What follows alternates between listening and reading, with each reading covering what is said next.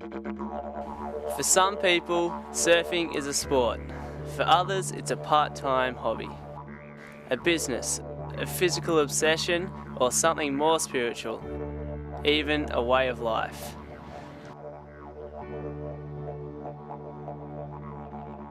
But the core value for all surfers is enjoying the exhilarating feeling from the power of a wave, picking you up as you jump to your feet and make that first turn.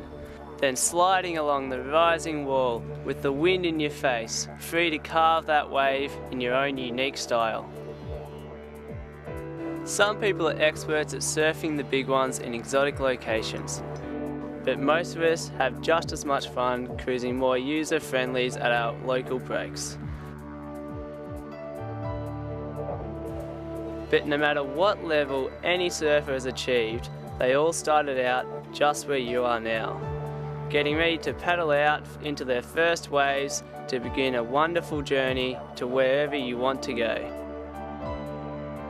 The rewards are endless. Hi, I'm Hayden. And I'm V. And we'd like to introduce you to the basic and intermediate fundamentals of surfing, which we hope you enjoy as much as we do. The quickest and safest way to learn to surf is to have some introductory lessons with a qualified surf school. This gives you a solid grounding in water basics, progressing you to surfing in a safe and user-friendly environment while keeping you from developing bad basic habits. A school will start you on the right size board in a good learner break, and their soft boards minimise chance of injury. A suitable place to learn is a shallow bay type area that is protected from bigger waves and allows you to catch the smaller white water and reform, as we can see here. But before we paddle out into the wide blue yonder, there are a few surf basics we need to become familiar with, like the parts of the board. The nose is of course at the front, and you can probably guess where the tail is. The deck is the top and the rails are the sides. The leg rope, leggy or leash attaches to your back leg, ankle or calf so the board doesn't leave you floundering or become dangerous to other surfers in the break. It is advisable to be able to swim 200 metres unaided just in case you lose your board. On the sand, you should practice getting up by drawing a board, then laying on it about midway long and springing up in one motion with your feet at right angles to your knees, slightly bent. The foot you use first going downstairs and put forward when you do a Tom Cruise slide is your front one in surfing. Left forward is natural, right forward you're goofy. I suggest you start with a cheaper board, one with dings in it, as you'll probably add more and you'll soon outgrow it and look for a different style board or a more performance-based board. You'll also need a wetsuit for cooler times, which holds in a layer of warm water. It should be firm fitting but not too tight to restrict movement. Most people have a couple of wetsuits, a thick one for winter and a thinner one for when it gets warmer. Booties can be hardy in cold water or any time and protect your feet on the reefs. You'll also need wax and a comb to freshen it up, or maybe some deck grip. Don't forget the leash and definitely some sunscreen. Helmets offer protection from wayward boards, the sun, the cold, and they protect ear canals from growing over called surfer's ear if you're out in the cold a lot. They also reduce the chance of a perforated eardrum from bad wipeouts. Before you venture out, it's a good idea to just sit on the beach for say a quarter of an hour and watch before hitting the water. Stretching is helpful to loosen up the muscles while you're checking the number of waves in the sets and how long between each set. There is usually about 4 to 7 waves in a set, and note if there are any road cleanup sets that are a lot bigger than the normal. Look for rips and note if the other surfers are drifting across or out. At all times in the water, be careful that you don't get your board between you and the wave. Even small waves can have power when pushing the large area of a board. When there is a lull in the shore break, paddle out to the side of the breaking waves. Then between sets, move into position so you can catch the whitewater just after the wave is broken. Whitewater gives you a good push without having to paddle too hard, but stay back on your board a little to stop nosediving. It is a good idea to stay lying down for a few waves to get the feel of how the board travels across the water. If you do a push up and you can turn it and steer the board to the green part of the wave. Also, when you are traversing the wave, you go faster and the board is more stable. Paddling, of course, is an important part of surfing. The nose of your board should be just clear of the water so that it planes with as little amount of resistance or drag, which slows you up and saps your energy. Stay a little bit back from that position when paddling for fat waves, and even further back for steeper waves so you don't nose in. A stronger paddler can catch more waves as well as a greater range. Apart from getting back out quicker, the more speed you have means you have more momentum to catch fatter waves as well as getting up on jackier waves earlier. There are many techniques to paddling for a wave. The basics in learning are to start at a slow to medium pace, then paddle faster just before the wave comes underneath you. Having waited for the wave that I think is right for me, I prefer to turn for the wave via the opposite direction as I'm going to ride. So if I'm going left, I spin by the right.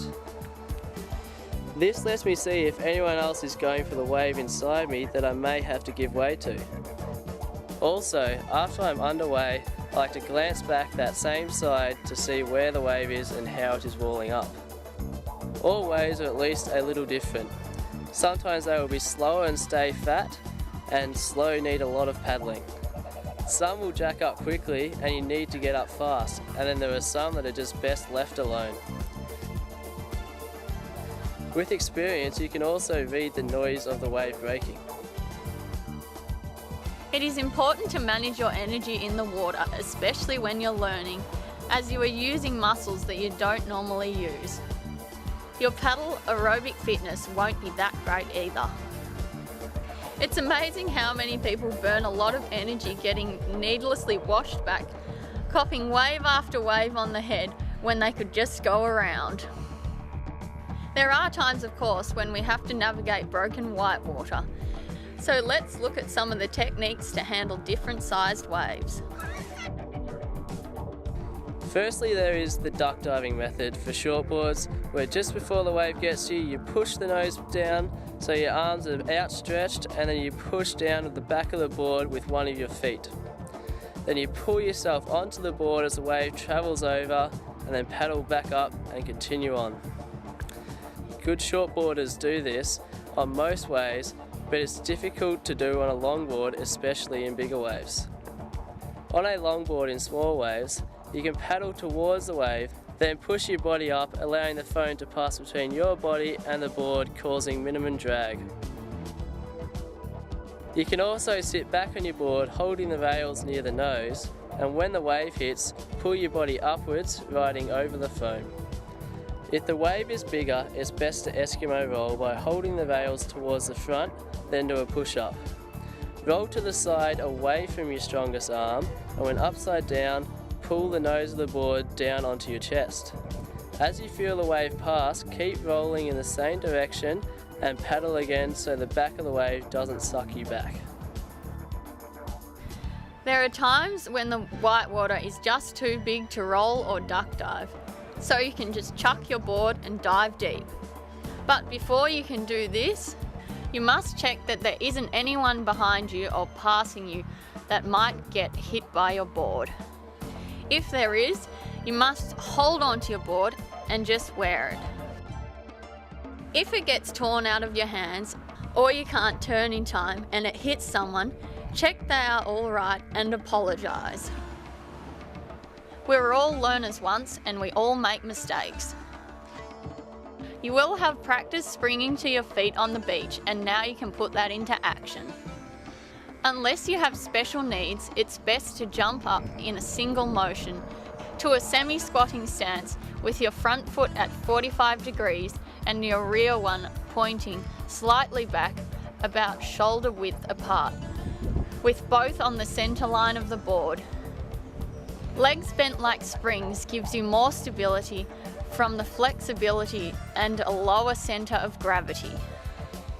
You turn by leaning slightly back and in the direction you want to go.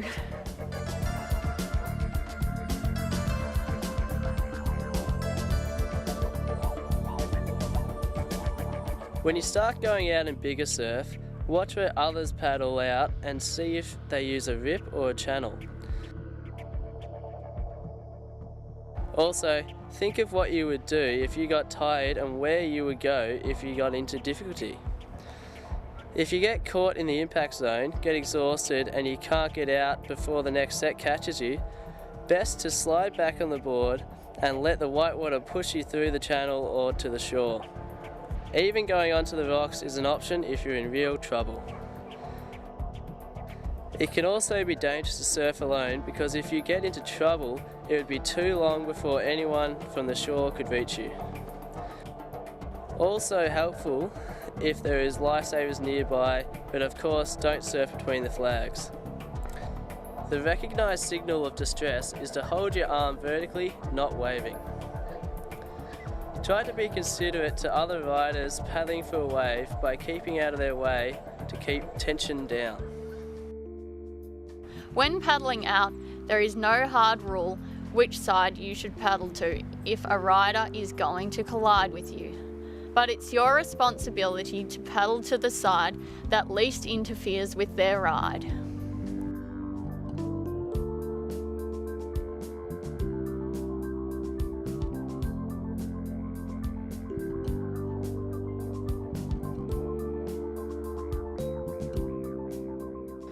Dropping in is one of the worst things you can do as a surfer. Dropping in is when someone takes off in front of another who is already up and riding, which can cause serious accidents and aggro. This is seriously bad news in bigger surf as you can crash into the other rider at head height. It is courteous to consider the other surfers when you first paddle into a lineup. People may have been waiting a long time for very scarce waves, and to have someone paddle to the inside and grab the first decent wave can create friction and sometimes surf rage. If they are taking turns, wait in line. In bigger surf, it is important to be aware of your position relative to others and look for who seems to be going left or right on A-frames. If you stand up on a wave where the other riders are also paddling for it in front of you, let them know you are there by saying "coming across" or "I've got it." Especially helpful for learners who are usually too busy surviving to consider others. Friends sometimes share a wave, but when there is a long wait for a few waves and a big crowd, you really just have to share but give each other a bit of room.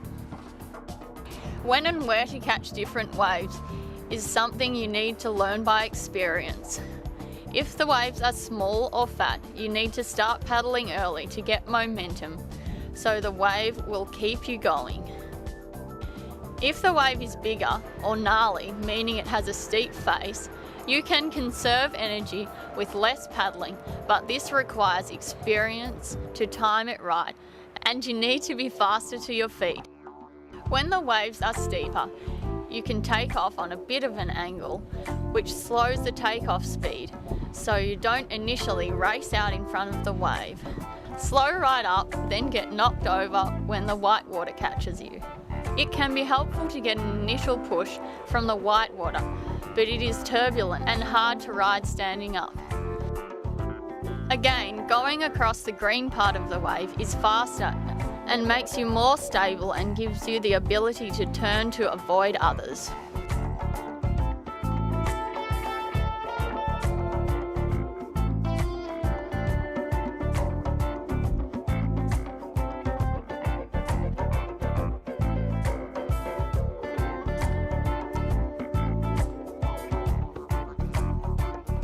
The takeoff is the most difficult part of the ride, and there are two critical parts to the takeoff. One is selecting the right waves for the size of your board and your ability, and the second is then to be in the best position to catch the wave so you get a good ride on the green water shoulder.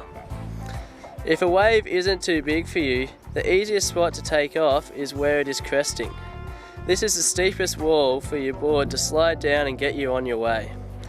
If the wave is a bit big or very wide and liable to close out, it is better to be out wider so you have more chance to get across.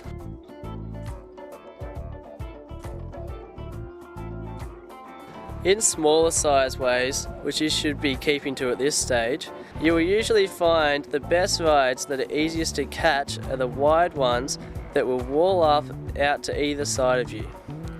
This gives you the chance to travel across the face for a while and maybe negotiate some sections. If the waves are bigger, the wide ones tend to close out, but the peaky, not so wide ones are better, which often wall up as you ride across them anyway. If not, just turn back to the whitewater and ride into the pocket. Shortboards need a steeper face for a takeoff compared to longboards, which tend to race down the face, which is great for experienced riders to make a sweeping bottom turn. This takes a lot of control on both types of boards, so if the wave is steep, taking off on an angle controls your speed and starts you moving in the desired direction.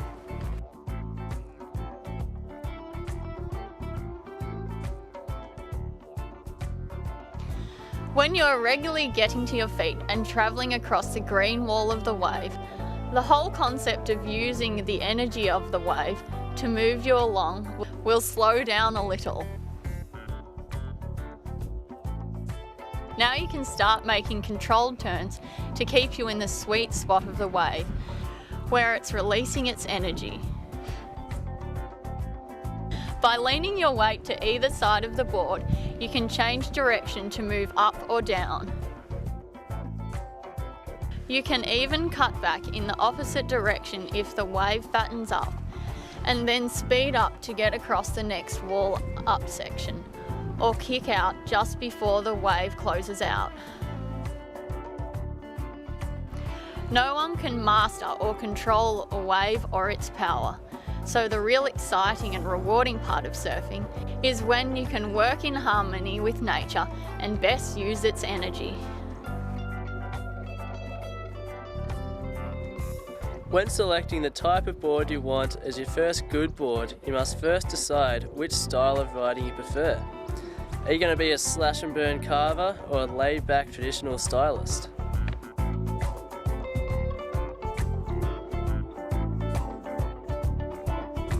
Shortboards handle challenging conditions and big steep waves the best, while longboards are easier to paddle and are superior in small, fatter surf. A couple of manoeuvres which are common to both styles are the bottom turn, where you take off straight down the wave to the bottom of the trough, compressing your knees a little as you lean the way you want to go. Push against your board by straightening your legs while leaning back slightly. Your board will do a full rail bottom turn, leading you into the next manoeuvre.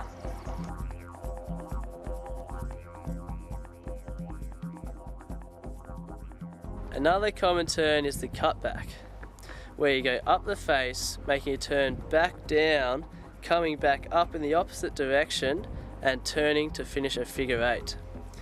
You can perform a floater where you ride to the top of the wave when it's about to break, along the top and re-enter as the wave folds over. Shortboarders also love to whack the lip, making as much spray as possible while getting as vertical as gravity allows.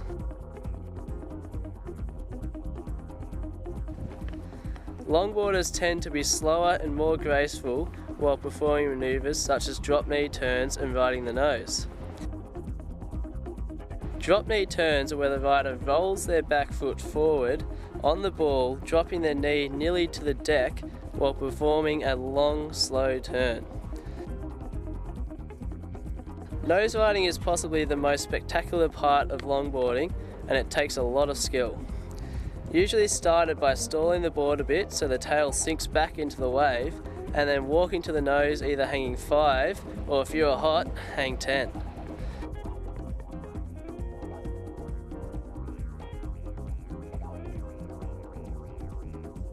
How good does that look? We hope these tips will help you become a confident surfer and you will enjoy your surfing as much as we do. So please sit back and enjoy watching some extremely proficient riders do their thing.